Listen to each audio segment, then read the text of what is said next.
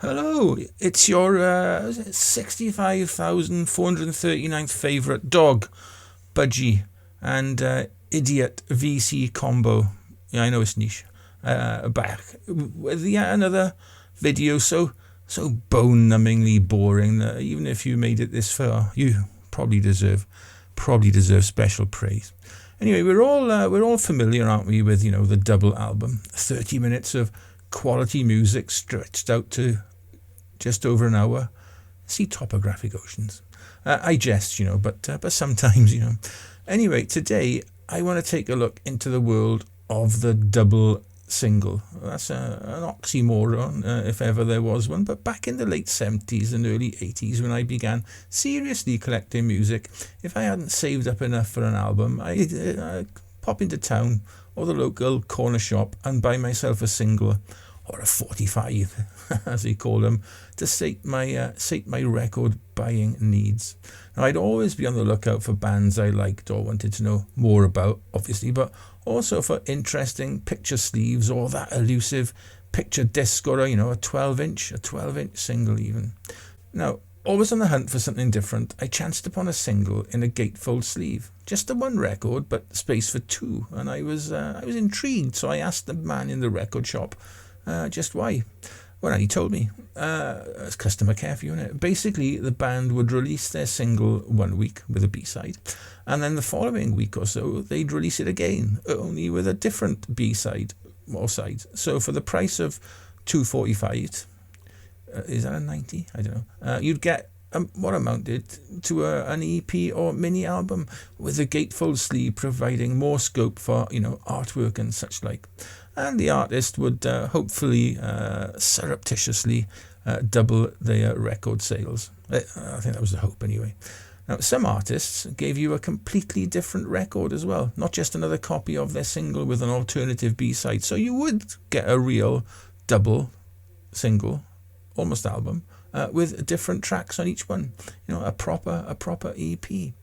And this trend continued until my mind got even more prevalent into the days of the CD single, although by then with more emphasis, I think, on marketing and sales than giving the fans something more interesting. After all, this is all the space you could want on a CD. But from a fan's perspective, if you've got a Gatefold or CD dual case with room for another disc, you don't leave it empty now, do you? Anyway, here are just a few vinyl and CD ones from my collection. I think this is one of the very first ones I bought. It's Cheated by Praying Mantis. I'd seen them supporting Iron Maiden in June of 1980 in my hometown, and they released this. Cheated, it says on the top, includes free single, so you're getting two singles for the price of one in this lovely Gatefold sleeve with some artwork, bit of bump, and then some nice photos on the inside. Lovely guys. Another one, a favourite from my collection, is this one by Bernie Tormé and the Electric Gypsies. Now, Bernie Tormé, most famous, I think, for being Gillan's guitarist, and then a short stint with Ozzy Osbourne just after Randy Rhoads' sad death. Anyway, here you got another double single, with four different tracks. You got Shura Shura, you got Star, Search and Destroy, and Possession. And in this lovely Gatefold sleeve with the records, even in their own little sleeves inside. CD wise, I've got a few of these. I've got this Brian May one, Back to the Light. I got a few Brian Mays. He was quite savvy with these double issues.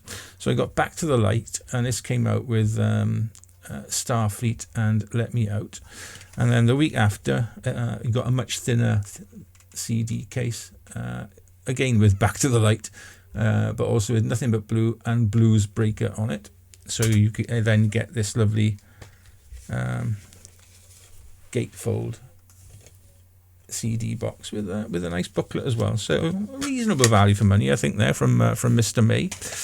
What else have I got? I've got a Freddie Mercury one, In My Defense. And this is a cool one here, because you got on the 2 CDs, you've got In My Defense, Love Kills, She Blows Hot and Cold, In My Defense again, another version. And then on the second disc, you get In My Defense again. So you got 3 versions of that. Love Kills, Mr. Bad Guy, and Living on My Own. So you got, quite a nice selection of songs there for the mustachioed ones, completist fans. And this is the very first one I bought, Queensryche, Silent Lucidity. And it says in the top there, look, part 1 of a 2 CD pack. And in week 1, you got Silent Lucidity, you had Eyes of a Stranger, and Operation Mindcrime. And this one opens in like a concertina pack. And then in the second week, you got Silent Lucidity again, Sweet Sister Mary, and Last Time in Paris. So, a reasonable selection for, just a couple of quid, really. So those are just a couple of those from my collection. Now, just like double albums, some artists brought out a double single in a non-gatefold sleeve. Now, I know. There should be laws preventing this, particularly on the album front. I hate it when bands do that. You've got like The River by Bruce Springsteen, London Calling by The Clash. Led Zeppelin did it as well with Physical Graffiti, 2 records in a non-gatefold sleeve. Should be taken around the back and shot in the back of the head for that. Anyway, they did it with singles as well, and here are a couple of interesting ones from my collection. First off, we got this one by Magnum, where you've got 4 songs: Back to Earth, Soldier of the Line, Hold Back Your Love, and Sacred Hour. So you've got some studio and some live recordings, and you get like the two records inside. See, it's not as satisfying as a gatefold. Come on, Magnum. Another one from my collection is Wild Thing by The Creatures. This is a cover of the Trogs song. Now, The Creatures are basically Susie Sue from Susie and the Banshees, and the drummer, is it Budgie from Susie and the Banshees? Anyway, they brought a double single out. So you've got, you've got Wild Thing, and you've got Mad-Eyed Screamer, So Unreal, But Not Them, and Thumb. There we are. Great. And of course, some bands also released singles, but in a double gatefold sleeve.